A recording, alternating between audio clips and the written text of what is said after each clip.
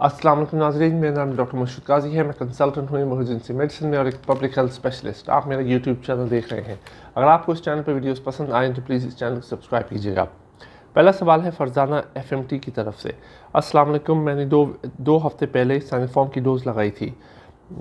मुझे अस्थमा है। मुझे फ़ील होता है कि मेरा हार्ट बीट स्लो हो जाता है दिन में 3 से 4 टाइम्स। इसके लिए मुझे क्या करना चाहिए? तो मिस फरजाना, पहली बात तो ये है कि आप एक हार्ट मॉनिटर लीजिए और अपने हार्ट रेट को मॉनिटर करें। जब भी आपको फ़ील होता है कि आपका हार्ट रेट स्लो हो जाता है तो उस वक्त आप मॉनिटर लगाएं और देखें आपका हार्ट रेट क्या रेट है उसका और वो कितनी नीचे तक जाता है। हार्ट रेट का स्लो होना जब बंदा रेस्ट कर रहा हो या कोई एक्टिविटी ना कर रहा हो, इट्स एब्सोल्युटली नॉर्मल, तो फ़िक्र की बात नहीं है। तो ये डिपेंड करेगा कि क्या करना है। इस बात पे डिपेंड करेगा कि आपका हार्ट रेट कितना स्लो हो रहा है हार्ट मॉनिटर पे। तो पहले तो ये कराइए।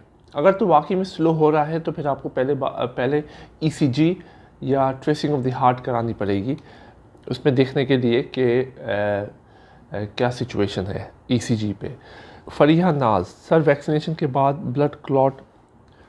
ब्लड डोनेट करते हैं तो क्या एंटीबॉडीज़ कम हो जाएंगी? नहीं, तो एंटीबॉडीज़ कम नहीं होंगी क्योंकि बॉडी में एक इम्यून सिस्टम है।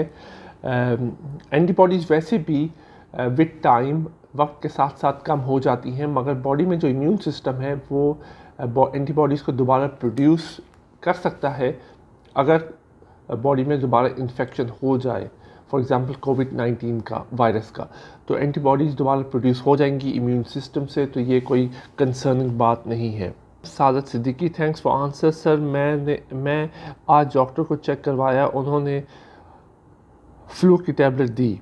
मैं उनको बताया कि मैंने एस्ट्राजेनेका 2 डोज लगाई है। उन्होंने मुझे एस्कार्ट टैबलेट लेने को कहा 1 मंथ। क्या ये ठीक है या नहीं? देखें, एस्कार्ट 75 मिलीग्राम टैबलेट, ये मैंने इस पर एक वीडियो बनाई थी क्योंकि अक्सर लोग ये समझते हैं कि एस्ट्राजेनेका के बाद आपको एस्प्रिन लेने की या लोप्रिन लेने की ज़रूरत है, मगर आप इसका कॉन्सेप्ट समझिए। एस्प्रिन और लोप्रिन क्या करती है, ये मेडिकल टर्म में इसको कहते हैं एंटी प्लेटलेट मेडिकेशन, यानी ये प्लेटलेट्स के एक्शन पे अफेक्ट करती है। और एस्ट्राजेनेका क्या साइड इफ़ेक्ट है? प्लेटलेट काउंट को कम करना। तो ये दोनों almost similar mechanism of action करते हैं। तो अगर आप एस्ट्राजेनेका ले रहे हैं तो प्लेटलेट्स को की अफेक्ट करने वाली टैबलेट मत लें, जो एस्प्रिन लोप्रिन, अनलेस आपको क्लॉट्स हैं, क्योंकि आप अपने आप को एट रिस्क कर रहे हैं प्लेटलेट्स की ख़राबी से लोप्रिन या एस्कार्ट या डिस्प्रिन या एस्प्रिन लेके। तो चमकता पाकिस्तान, अस्सलाम वालेकुम सर, मैंने साइनोवैक वैक्सीन लगाई थी मगर अभी मैं शेंगन का वीज़ा अप्लाई करना चाहता हूँ, मैं स्टेटस कैसे चेंज कराऊँ? वही बात आ गई कि साइनोवैक अभी शेंजन कंट्रीज़ में तो एक्सेप्टेड नहीं है। या तो आप वेट करें साइनोवैक को एक्सेप्ट होने के लिए, क्योंकि इन फ्यूचर उम्मीद है कि सारी वैक्सीन एक्सेप्ट हो जाएंगी मोस्ट ऑफ द कंट्रीज़ से, मगर उसमें थोड़ा सा टाइम लगेगा। जब तक वो कंट्रीज़ अपने आप को कोविड से कंट्रोल नहीं करती तो वो ट्रैवलिंग पे रिस्ट्रिक्शंस लगाए रखेंगी। और ट्रैवलिंग पे रिस्ट्रिक्शन लगाने का सबसे आसान तरीका ये है कि आप वैक्सीन का रीज़न दें। तो फ़िलहाल आप वेट कीजिए, फिर देखें क्या होता है। खतीजा खालिद, मुझे एलर्जिक एस्मा का इशू है कुछ साल से, अभी नमूनिया हुआ तो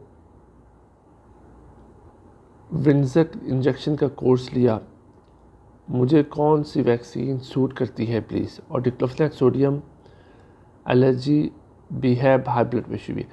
सो मैडम, आपको डिक्लोफेनाक की एलर्जी है, हाई ब्लड प्रेशर का प्रॉब्लम है और एस्मा है, तो मेरे ख्याल से आप अगर साइनोफॉर्म या साइनोवैक लीजिए, क्योंकि उसकी साइड इफ़ेक्ट प्रोफाइल बहुत कम है, वो इंटरेक्ट नहीं करेगी। अनफॉर्चुनेटली आपने एज नहीं लिखी, तो आपको कुछ और मैं एडवाइस नहीं कर सकता एज के मुनासबत से। अगर एज लिखती तो आपको शायद कुछ और मैं एडवाइस करता, मगर फ़िलहाल आपकी हिस्ट्री देखते हुए साइनोफॉर्म या साइनोवैक सही रहेगा। राजा रज़ा, डॉक्टर साहब मैंने पहले डोज लगाई है पर आउट ऑफ कंट्री सफ़र करने के लिए दूसरी वैक्सीन ज़रूरी है क्या, मैं दूसरी भी लगा सकता हूँ? जी, आउट ऑफ कंट्री के लिए कंपलसरी तो नहीं है। अगर आप दूसरी वैक्सीन नहीं लगाएंगे तो आपको जिस कंट्री में ट्रैवल कर रहे हैं वहाँ पे क्वारंटीन करना पड़ेगा। वरना अगर आप सेकंड डोज़ लगा लें तो बेहतर है, क्योंकि आपको इम्यूनिटी और प्रोटेक्शन ज़्यादा मिलेगी। ये मैं काफ़ी बार भी डिस्कस कर चुका हूँ कि सेकंड डोज़ क्यों इम्पॉर्टेंट है। सेकंड डोज़ बहुत इम्पॉर्टेंट है आपको प्रोटेक्शन देने के लिए। ज़ारा जैदी, अस्सलाम वालेकुम डॉक्टर साहब, जज़ाकल्लाह खैर। मेरा सवाल है कि अगर ज़ुकाम हो जिसमें सर दर्द, गला ख़राब, बुखार हो और कोविड ना हो तो क्या रिज़ल्ट नेगेटिव आएगा? जी, रिज़ल्ट नेगेटिव आ सकता है अगर आपको कोविड नहीं है, मगर ये याद रखिएगा कोविड पॉजिटिव रिज़ल्ट्स भी आते हैं जिसको हम कहते हैं फ़ॉल्स पॉजिटिव रिज़ल्ट्स। तो इसलिए अगर आपको ये सिम्टम्स 2 से 3 दिन तक रहते हैं जिसमें नज़ला, खांसी, ज़ुकाम, बुखार, सर दर्द है, तो प्लीज़ कोविड का टेस्ट कराइए। क्यों कराना ज़रूरी है? कोविड का टेस्ट इसलिए कराना ज़रूरी है क्योंकि आपको जल्द पता चल जाएगा कि आपको कोविड है कि नहीं है। अगर आपको कोविड है तो हो सकता है आप बिल्कुल सेहतमंद हों, मगर आपके इर्द गिर्द जो लोग होंगे वो हो सकता है उनमें इतनी ताकत ना हो कि वो कोविड इन्फेक्शन से बच पाएँ। For example elderly parents, elderly relatives, बुज़ुर्ग हज़रात, छोटे बच्चे। तो इसलिए ज़रूरी है ना सिर्फ अपने लिए बल्कि दूसरों के लिए भी, अपने दोस्त, अहबाब, फैमिली मेम्बर्स के लिए, कि आपको पता हो कि आपको कोविड है कि नहीं है। बेशक आपको ज़्यादा फ़र्क ना पड़े, मगर आपकी इन्फेक्शन की वजह से दूसरे लोगों पे ज़्यादा फ़र्क पड़ सकता है।